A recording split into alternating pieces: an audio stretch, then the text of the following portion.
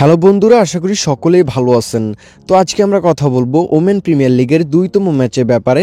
তো এই ম্যাচের পুরো অ্যানালাইসিস করব, প্রিভিউ করব। টোটালি ২০ ওভার রান কত হবে, পাওয়ার প্লেতে কত হবে, টস টিকে উইন করতে পারে, এই ভিডিওতে কিন্তু একদম শিওরলি আপনাদেরকে বলে দেব। তো এইগুলা দিয়ে কিন্তু গত ম্যাচের মতো কিন্তু এই ম্যাচেও আপনারা ভালো একটা প্রফিট করতে পারবেন। গত ভিডিওতে কিন্তু আপনাদেরকে প্রত্যেককেই বলে দিছি এবং সব কিছু কিন্তু কাটায় মিলে গেছে। যারা নিয়ে খেলছে তারা কিন্তু সকলেই ভালো একটা প্রফিট কিন্তু করেছে টোটাল 20 ওভার এবং পাওয়ার প্লেতে।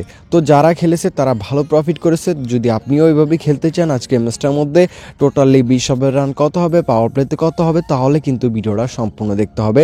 ভিডিওটা সম্পূর্ণ দেখলেই সব কিছু পেয়ে যাবেন এবং একদম ফ্রিতে পেয়ে এগুলো খেলে কিন্তু ভালো একটা ইনকাম কিন্তু এই ম্যাচ থেকে করে নিতে পারবেন। তো এখানে মুম্বাইয়ের সাথে এখানে দিল্লি ক্যাপিটালসের ওমেনের ম্যাচ আজকে। তো ম্যাচের পুরো অ্যানালাইসিস তো করবোই, তার পাশাপাশি এখানে রেকর্ডগুলো তুলে ধরবো।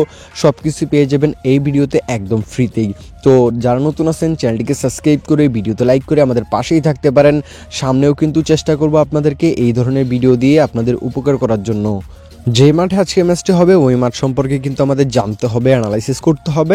তো এখানে দেখতে পারবো এখানে বারুদাতে আজকে ম্যাচটি হবে। তো এই মাঠে যদি আমরা অ্যানালাইসিস করি দেখতে পারবো এই মাঠে কিন্তু আপনার ওমেন প্রিমিয়ার লিগে এই প্রথম একটা ম্যাচ হয়েছে, যে ম্যাচটা আপনারা দেখলেন। ব্যাঙ্গালোর কিন্তু ম্যাচটা উইন করেছে, 201 রান হয়েছিল ম্যাচটার মধ্যে। সেকেন্ড বেট কিন্তু সেটাকে টপকে ইজিলি কিন্তু ম্যাচটা উইন করে ফেলছে।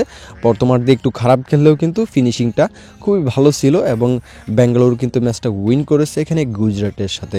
তো বুঝতেই পারতেছেন সেকেন্ড বেটের উইন চান্সটা বেশি, রানটাও কিন্তু ভালো হয়ে থাকে এবং হচ্ছে যে এই মাঠে কিন্তু যদি ব্যাটিং পিচটা ওই দিন যে দেখলাম প্রথম ম্যাচে ব্যবহার করা হয়েছিল ওই ধরনের পিচ যদি আজকে ম্যাচে ব্যবহার করা হয় তাহলে কিন্তু মোটামুটি আপনারা ভালো একটা রান দেখতে পারবেন। কারণ পিচ কিন্তু একটা ইম্পর্টেন্ট একটা বিষয়।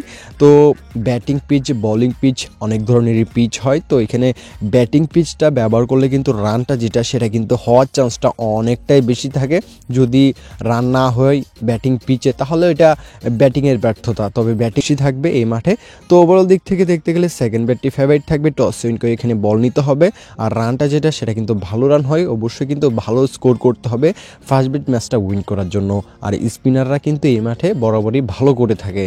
আজকের ম্যাচে টিম রেট অ্যান্ড সাজেশনের দিকে গেলে আমরা দেখতে পারবো আজকের ম্যাচটির মধ্যে কিন্তু মুম্বাই ইন্ডিয়ান্স টিম কিন্তু ফেভারিট টিম থাকবে এবং বাড়তি টিম থাকবে। তো এখানে যদি আমরা দেখি আজকের ম্যাচের মধ্যে রানটা কিন্তু এখানে টার্গেটটা একটু উপরে থাকবে।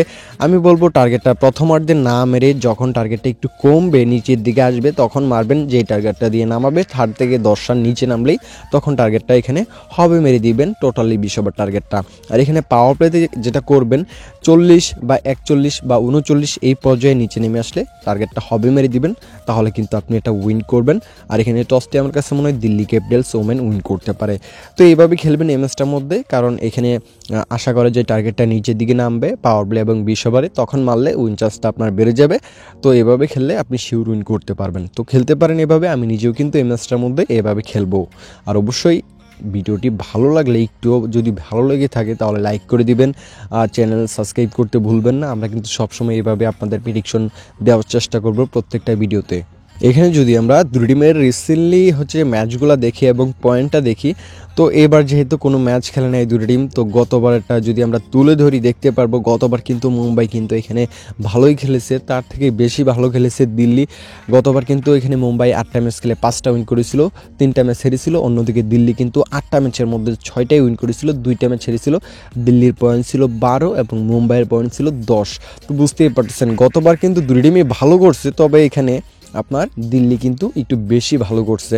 তো এখানে যদি আমরা দেখি আপনার পয়েন্ট টেবিলের টপে কিন্তু এখানে দিল্লি ছিল। দিল্লির পারফরমেন্সটা গতবার খুবই ভালো ছিল, কারণ দিল্লির টিমটা কিন্তু অনেকটাই স্ট্রং। তো এবারও কিন্তু ওই রকম দেখতে পারবেন আপনারা, দিল্লি টিমটা কিন্তু ভালোই স্ট্রং। তো এখানে যদি আমরা দেখি দুই টিমের head to head record women premier লিগের ইতিহাস, তাহলে দেখতে পারবো দুই টিমের ইতিহাসে এখানে 5টি ম্যাচ হয়েছে। 5টি ম্যাচের মধ্যে মুম্বাই ওমেন এখানে 3টি এবং দিল্লি ওমেন এখানে 2টি ম্যাচ উইন করেছে একটা টিম আরেকটা টিমের বিরুদ্ধে। তো হেড টু হেড রেকর্ডে কিন্তু এখানে মুম্বাই একটু বেশি ভালো করে দিল্লির বিরুদ্ধে, রেকর্ড কিন্তু এটাই বলতেছে। তো এখানে রিসেন্টলি ফর্ম এবং পয়েন্ট টেবিল দুই দিক থেকে কিন্তু এখানে আপনার দিল্লি এগিয়ে, তবে হেড টু হেড রেকর্ডে কিন্তু এখানে আপনার মুম্বাই এগিয়ে দেখতে পারতেছি আমরা। মুম্বাই ভার্সেস দিল্লি। তো এই ম্যাচের পুরো অ্যানালিসিসের যে রেজাল্টগুলো সেগুলো যদি আমরা এখানে তুলে ধরি দেখতে পারবো এখানে মুম্বাই কিন্তু হেড টু হেড রেকর্ডে এগিয়ে থাকতেছে, তবে ফর্মের দিক থেকে পয়েন্ট টেবিলের দিক থেকে আপনার এখানে কিন্তু দিল্লি এগিয়ে থাকতেছে। তো দিল্লির কিন্তু প্লাস পয়েন্টটা বেশি থাকতেছে এই ম্যাচের মধ্যে। তো এই ম্যাচের যে উইন চান্সটা সেটা কিন্তু দিল্লির পক্ষেই বেশি যাচ্ছে। তো ভালো থাকবেন সকলেই, নেক্সট ভিডিওতে আবারও কথা হবে। আল্লাহ হাফেজ।